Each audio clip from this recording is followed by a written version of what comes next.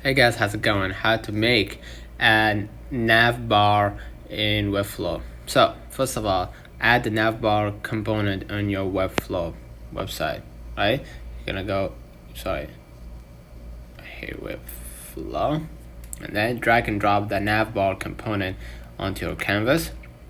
And then basically what you're gonna do next afterwards, customize the navbar items by selecting home, about, contact. To add or remove links, use the navigator panel to select the navbar and adjust the menus. Items, use the style panel to customize the appearance, e.g. background, color, text size, padding, adjust spacing, alignment, and other styles to fit your design. And then link the navbar items to pages or sections on your site by selecting the link and choosing the destination in the element settings panel, and then switch to mobile views and adjust the navbar for different screen sizes. Ensure the navbar is functional on all devices using webflow's responsive design tool, and then use the preview button